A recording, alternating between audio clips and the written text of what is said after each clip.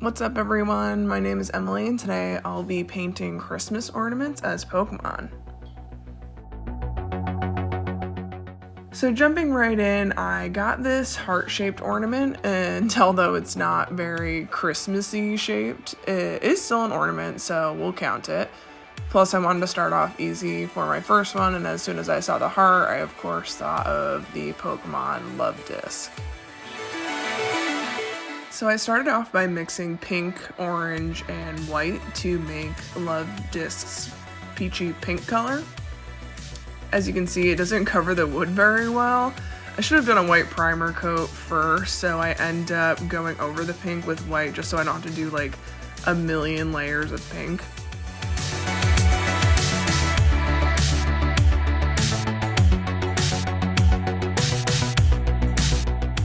I didn't want to get the string covered in paint, so I taped it back with some washi tape. And you'll see right here that some of the paint comes off on my finger. This is a problem I end up struggling with the whole time painting Love Disc, which is that the paint wasn't drying as fast as I expected it to. And then I was being impatient and lazy and wasn't waiting for the paint to dry between layers. So it ended up creating way more problems for me in the long run. It's kind of funny because the Love Disc was supposed to be the easiest one, but it actually gave me the most problems because, again, I wasn't waiting for the paint to dry. I was using apple barrel paints, which are great for crafts, and I guess I just expected the paint to soak into the wood and dry faster. So you'll see me doing a lot of layers of pink, trying to get it to smooth out, and I keep messing with it so much that the paint underneath starts to come off. You see me trying to cover it up, and I just keep making it worse. So learn from my mistakes, everyone. Let your paint dry. So here I am fussing with it even more. You can see I do not give up. I have a hard time giving up on little mistakes like this and just moving past it. I keep trying to make it better, and most of the time I just make it worse. So again, the easiest thing would have been to let it dry. So eventually I give up on that spot and I go to paint Love Disc's mouth, cheek spot, and eye.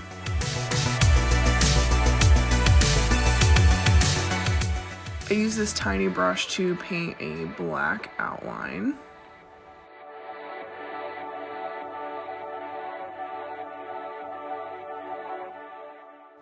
Then I paint a little smile on. This is when I think it really starts coming together, although I do wish that I painted Love Disc's face a little bigger. Then the finishing touch, the white spot on the eye. Time to peel off the washi tape, and this is how it turned out. You can still kind of see the uneven spot from when I didn't let the paint dry, but this is supposed to be just like a silly project, so I didn't want to fuss over it forever. I still think it turned out decently cute. So next up I got this dog head shaped ornament, which I know again isn't a very Christmassy shape, but I thought the shape would be interesting to work with. It's not super complex, but it's like a step up from the heart shape. So I thought it was the perfect one to do as my second ornament.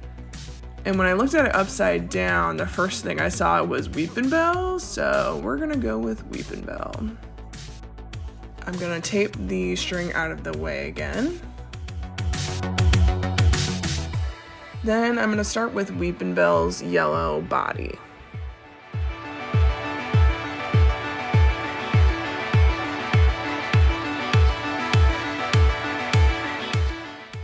I do end up having to go back and cover some of the distressed spots with white, so the bottom white layer would be even.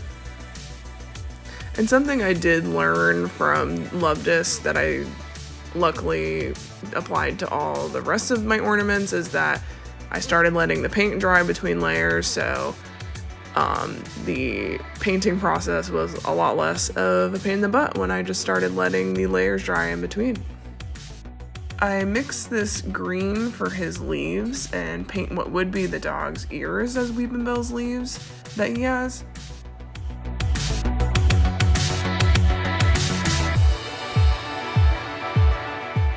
Then I make this pinkish almost skin tone for his lips and mouth because he has like this giant gaping mouth at the bottom of his body. So I started painting the eyeballs, and then I almost forgot his little green freckles, so I add those in.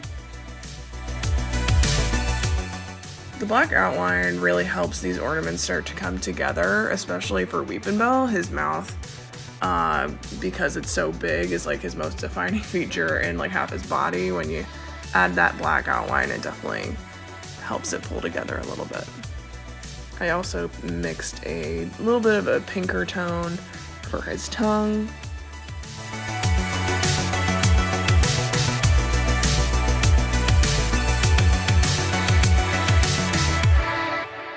Then it was time to add in his pupils. I started out a little too small with the pupils, so I did go back and have to make them a little bit bigger.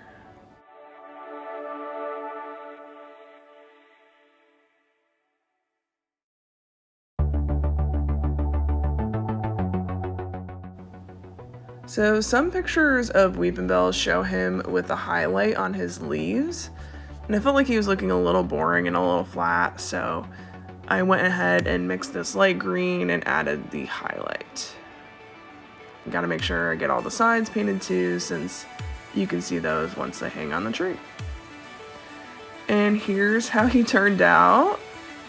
I think he's super cute, honestly, and silly and so derpy looking. Still not my favorite from the bunch, but I do love how derpy he turned out.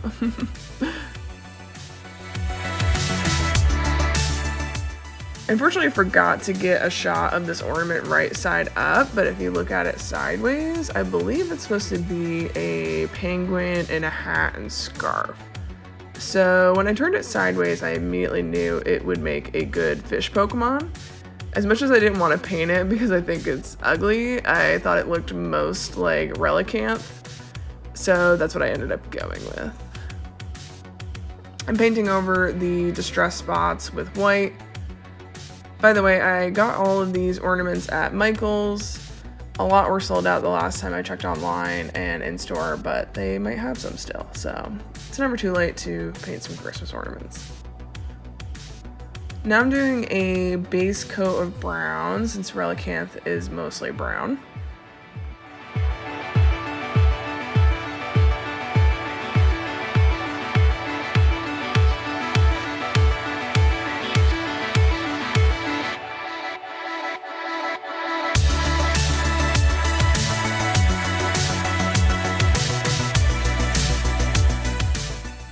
I mix a light brown and paint in Relicanth's light brown face and spots.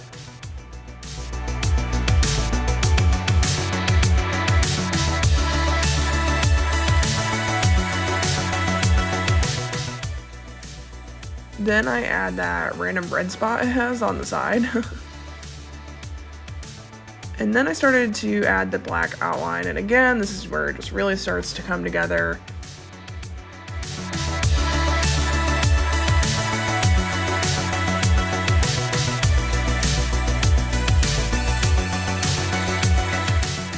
I added the little black lines on its fins. Here's where I hold it so you can see how it's supposed to be a penguin. And honestly, even though I think Relicanth is an ugly Pokemon, I think this ornament turned out pretty good. I'm actually pretty happy with it, and it was fun to do a more complex shape.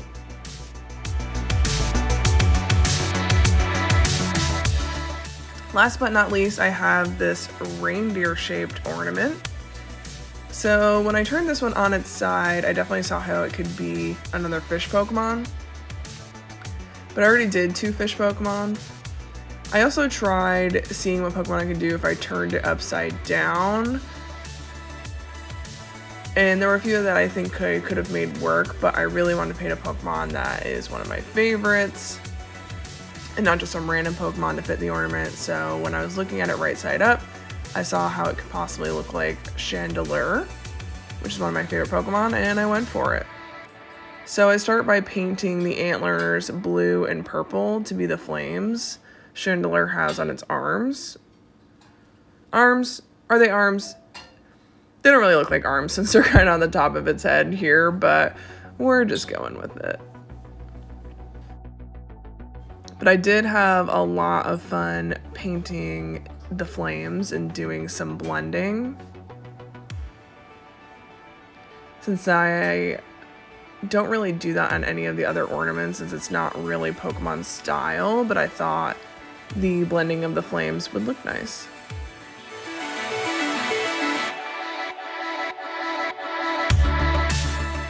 Next, I'm painting its body a light purple.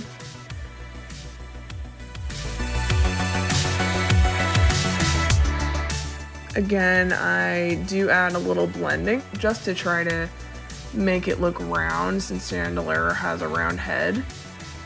Or is it its body? I am realizing now how confusing Chandelure's anatomy is. Then I add the black.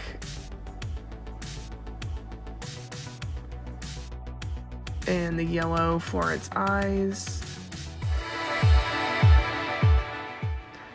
This part was really scary, adding the black lines on its face, because I knew if I messed up, it would be a huge pain to fix. But luckily, I think it turned out alright. I ended up painting the edges black too, which I think helped it look more clean and like complete. So the reindeer ears were throwing me for a loop like the whole time I was painting. I did not know what to do with them, and eventually I was brave and just added these gray lines to try to make the ears look like Chandelure's little like curly arm things. It has two like curly things that don't have flames on the end, so that maybe those are its arms. But I figured if I didn't like it, I could just go over it with black again, but I actually think it looked better this way.